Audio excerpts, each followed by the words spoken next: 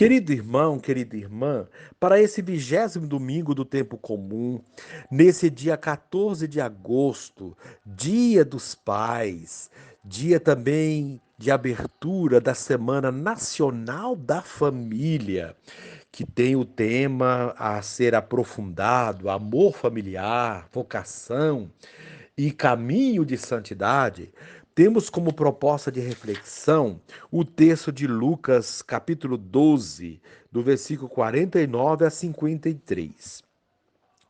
Naquele tempo, disse Jesus a seus discípulos: Eu vim para lançar fogo sobre a terra, e como gostaria que já estivesse aceso. Devo receber um batismo, e como estou ansioso até que isto se cumpra.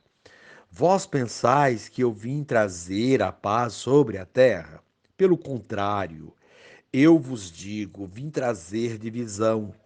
Pois daqui em diante, numa família de 5 pessoas, três ficarão divididas contra duas e duas contra três.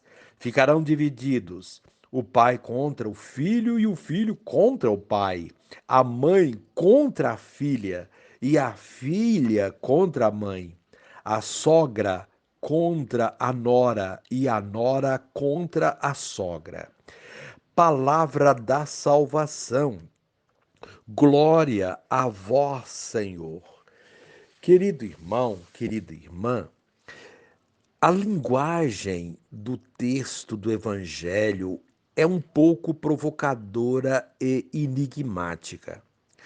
O fogo que Jesus traz não é fogo destruidor, mas o fogo do Espírito Santo, com sua força purificadora e inovadora. Sua mensagem arde o coração das pessoas que optam por ele, transformando-as em novas criaturas. No Pentecostes, o Espírito pousou em forma de línguas de fogo sobre as pessoas presentes na sala, fogo que não se apagará e continuará ardendo ao longo dos tempos. O batismo de que fala Jesus é sua morte e glorificação, pleno cumprimento de sua obra de salvação. O fogo do Espírito infundirá vida e dinamismo nos seguidores de Jesus, que vão continuar o que ele começou.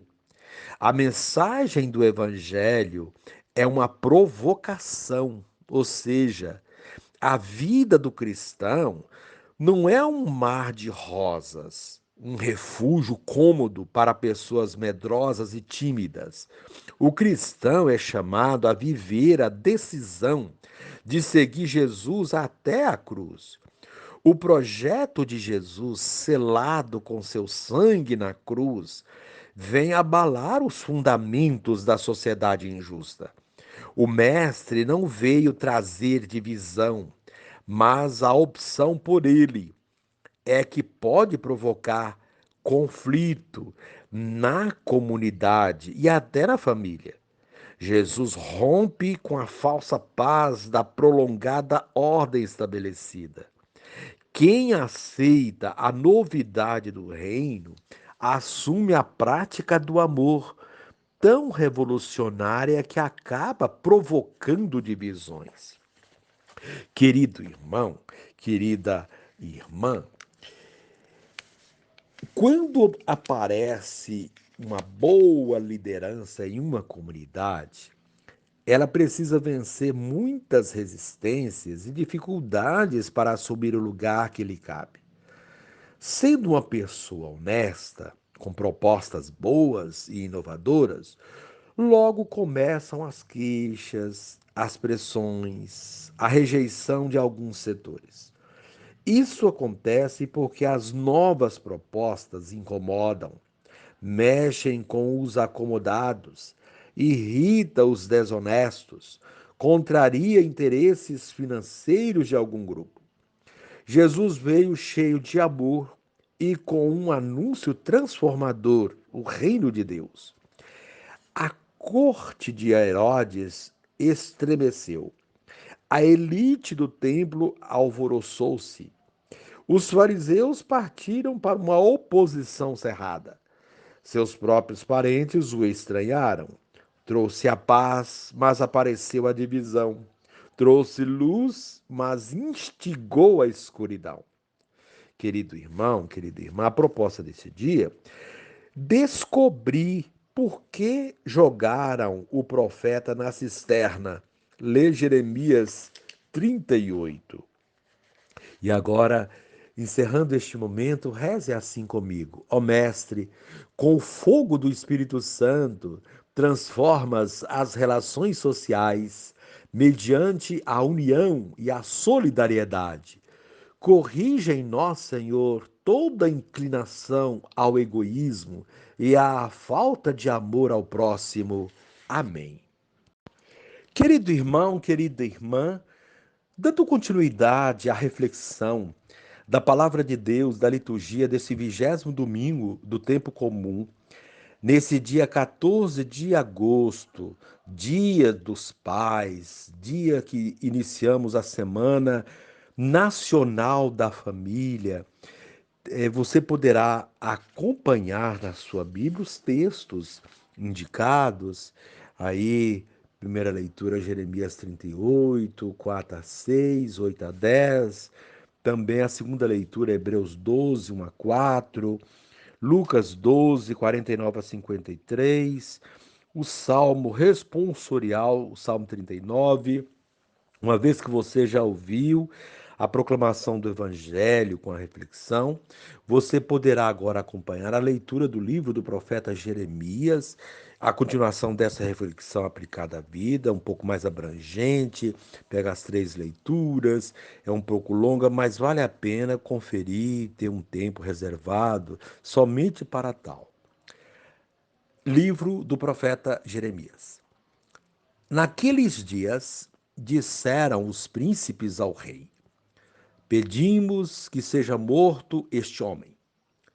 Ele anda com habilidade, lançando desânimo entre os combatentes que restaram na cidade e sobre todo o povo, dizendo semelhantes palavras. Este homem, portanto, não se propõe o bem-estar do povo, mas sim a desgraça.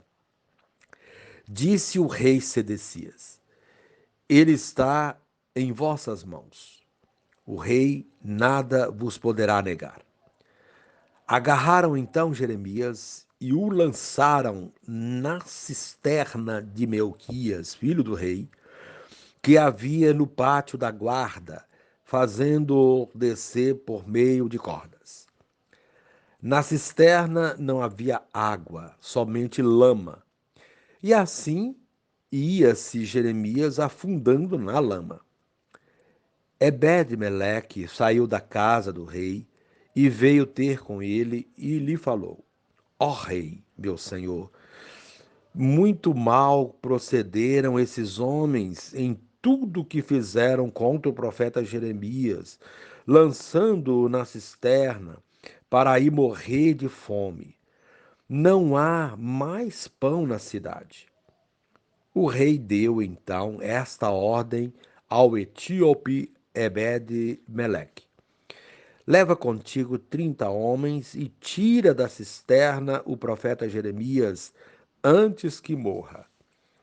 Palavra do Senhor. Graças a Deus.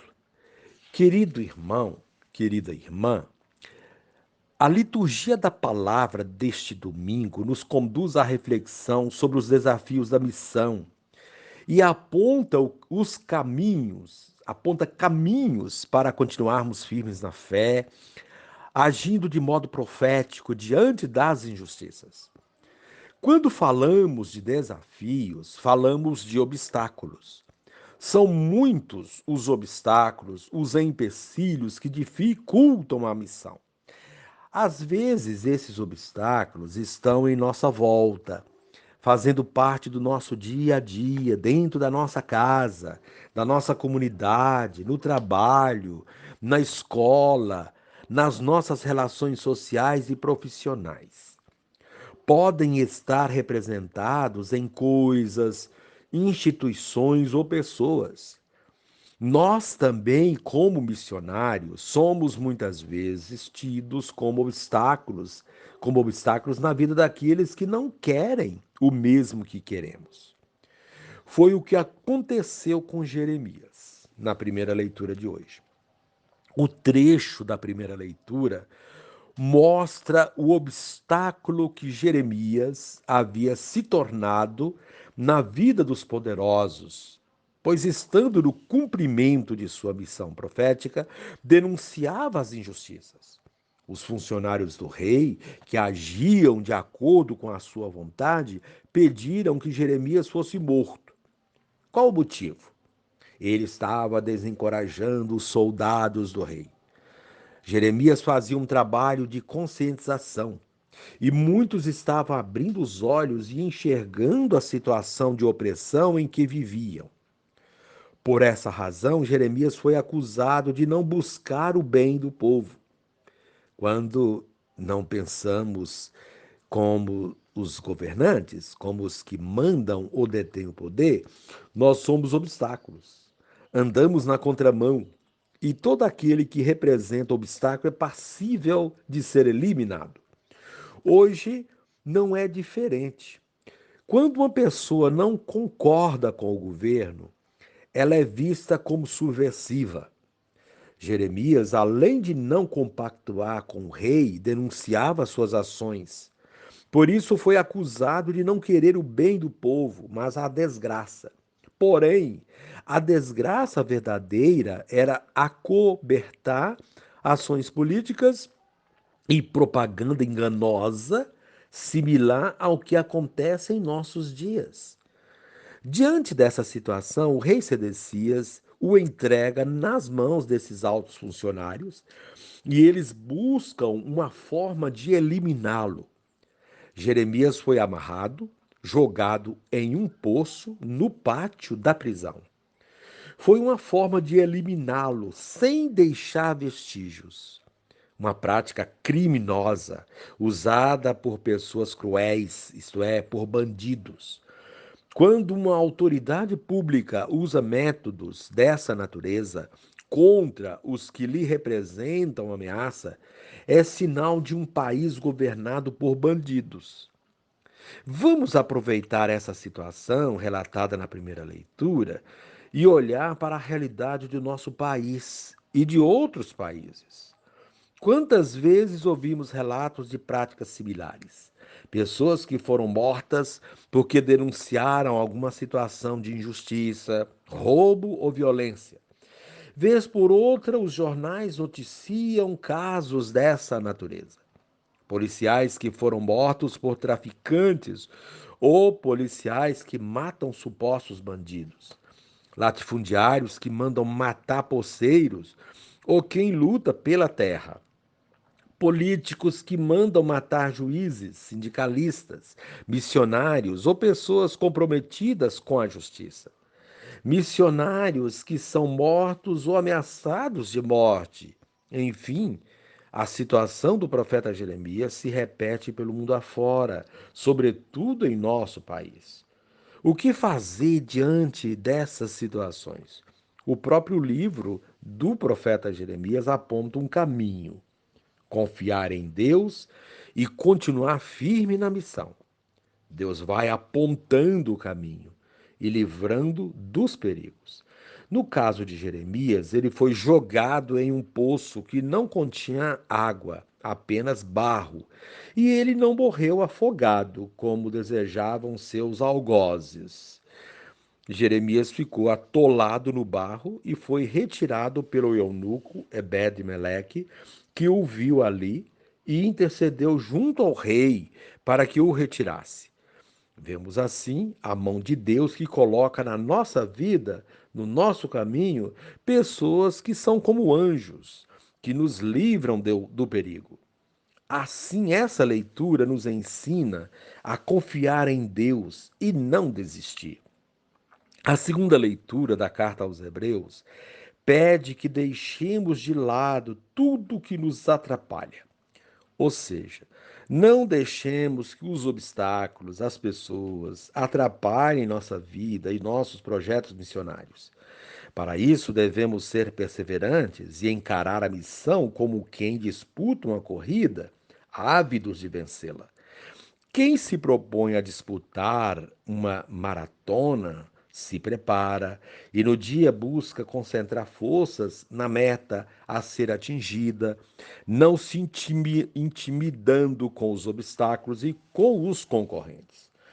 Quando temos um objetivo claro na nossa missão, metas a serem atingidas, nós não esmoreceremos diante das dificuldades, mesmo que elas pareçam maiores que as nossas forças.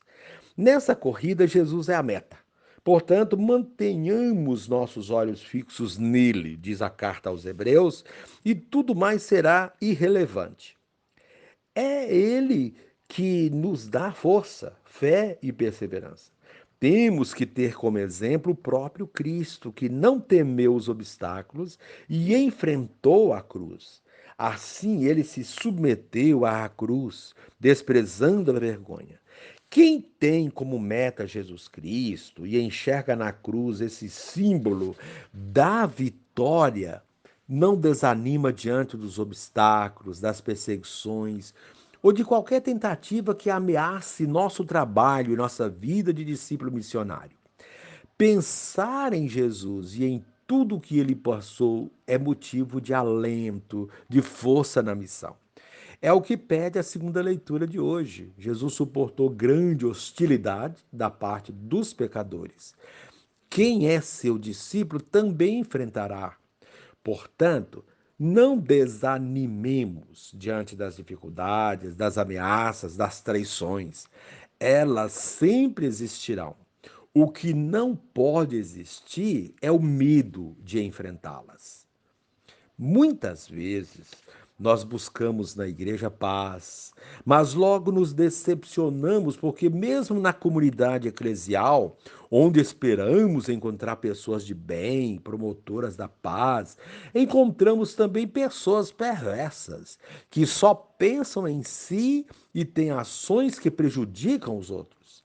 Se não tivermos fé, confiança e perseverança, tendo diante de nós Cristo e a sua cruz, desanimamos dos trabalhos na comunidade. Por essa razão, Jesus nos alerta no evangelho de hoje que a igreja não é lugar de fuga, mas de combate contra as injustiças. Assim sendo, é preciso enfrentar os conflitos dentro e fora da comunidade e não esmorecer. Temos, assim, neste evangelho, algumas figuras de linguagem e comparações que nos ajudam nessa árdua missão profética de promoção do reino de Deus. A primeira delas é a imagem do fogo que Jesus veio lançar sobre a terra. Cabe aqui refletir um pouco sobre a imagem do fogo e sua função. Uma das funções do fogo é purificar. Em algumas regiões do campo, os agricultores costumam deixar a terra descansar um pouco sem ará-la. Nesse tempo, o mato cresce. Depois de um tempo, ateia-se fogo e toda a palha seca é devorada pelas chamas. A terra está pronta para ser preparada e semeada. Isso acontece com maior frequência em pastagens. No inverno, o capim fica seco. É preciso, no tempo certo, queimar o capim seco para que um novo capim possa brotar livre de pragas e outras impurezas. Com essa expressão agrária, Jesus diz para seus discípulos que veio trazer fogo sobre a terra e gostaria que ele já estivesse aceso. Ou seja, ele veio para renovar a terra e gostaria de encontrar aqui pessoas com esse mesmo propósito. Tudo isso teria início com o seu batismo, que marcou o início de sua vida pública, que foi, na verdade, um período de muita turbulência, como um incêndio, pois ele não poupou os que praticavam injustiças, nem pessoas, nem estruturas. Quis renová-las E para isso chamou discípulos. Mas esses discípulos teriam que ter o mesmo compromisso. Muitos pensavam que ele iria trazer um suposto tipo de paz, aquela paz representada na ausência de conflitos. Mas a paz de Cristo não é bem essa. A paz de Cristo, aquela que nós desejamos todos os dias na missa, é a paz fruto da justiça e não a paz como omissão da justiça. A paz fruto da justiça é uma paz verdadeira. Antes, porém, deve haver muita luta, muito combate, muito comprometimento, como fez Jeremias na primeira leitura e como mostrou a carta aos Hebreus na segunda leitura. É preciso romper com certas estruturas, e isso provoca divisões, mas essas divisões são necessárias. Sem romper certas estruturas, não é possível ter justiça, e sem justiça não haverá verdadeira paz. Assim, Jesus diz que veio trazer divisões. Suas ações seriam provocantes. Quem não enfrenta os problemas pode até ter uma aparente situação de paz, mas não fará nenhuma transformação. Para fazer verdadeiras transformações é preciso colocar o dedo na ferida, e isso dói. Foi exatamente isso que Jesus disse aos seus discípulos que fez, e de fato ele fez. Ele ensinou os seus discípulos e a todos nós a não nos acomodarmos. A igreja hoje não pode ser uma igreja acomodada. Uma igreja acomodada pode transparecer certa paz, mas ela não é profética e libertadora. E não sendo profética, não pode ser de Deus. Querido irmão, querida irmã, assim sendo, o grande apelo da igreja hoje é que nossas paróquias se lancem para a missão, estejam em estado permanente de missão. Estar em estado permanente de missão é exercer sua missão profética, é enfrentar com coragem as injustiças dentro e fora dela. Temos aqui a referência do Evangelho nas divisões que acontecem até mesmo dentro da própria família. Dentro da comunidade também acontecem divisões, contendas, discórdias, mas isso deve trazer crescimento e amadurecimento para toda a comunidade que se solidifica como Igreja de Jesus Cristo e não uma comunidade acomodada que, por medo dos conflitos, se cala e se fecha na sua missão profética. Querido irmão, querida irmã, que tenhamos a coragem de enfrentar os conflitos, os obstáculos e permaneçamos firmes na fé. Não percamos de vista a cruz de Cristo. Ela é o símbolo maior da vitória sobre os conflitos, sobre a morte. Quem enxerga a cruz redentora tem força para combater as cruzes que representam sinais de morte. É o que nos pede a liturgia da palavra desse 20º domingo do tempo comum.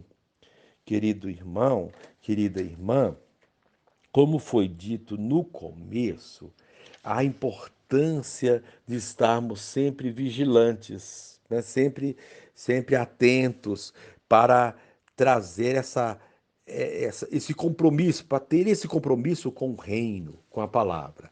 E foi dito no começo a respeito que estamos iniciando a Semana Nacional da Família, que vai de 14 até 21 de agosto próximo, com o tema Amor Familiar, Vocação e Caminho de Santidade. E cada dia da semana vai ter uma atividade a fazer, né, a desempenhar. Nesse domingo, Dia dos Pais, é a abertura da Semana Nacional da Família em todas as paróquias e igrejas.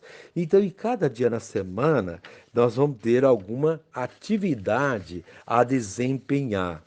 Então, proponho para esse dia, iniciando a semana, que a oração da Sagrada Família pedindo por toda a família, por todos nós. Então, e nesse sentido, reze assim comigo. Jesus, Maria e José, em vós contemplamos o esplendor do verdadeiro amor. Confiantes a vós nos consagramos.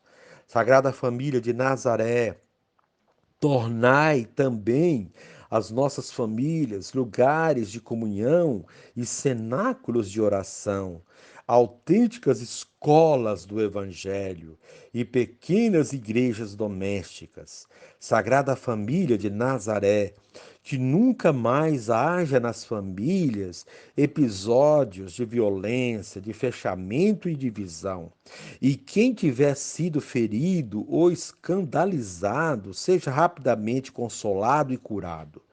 Sagrada Família de Nazaré, fazei que todos nos tornemos conscientes do caráter sagrado e inviolável da família, da sua beleza no projeto de Deus. Jesus, Maria e José, ouvi-nos e acolhei a nossa súplica. Amém. Que o Senhor possa interceder por cada uma de nossas famílias. E encerrando tudo, levando em consideração a palavra do dia de hoje, reze assim comigo, Divino Espírito, que eu jamais compactue com a maldade e o egoísmo, mesmo praticados por pessoas próximas de mim, por ser essa uma exigência do reino. Amém.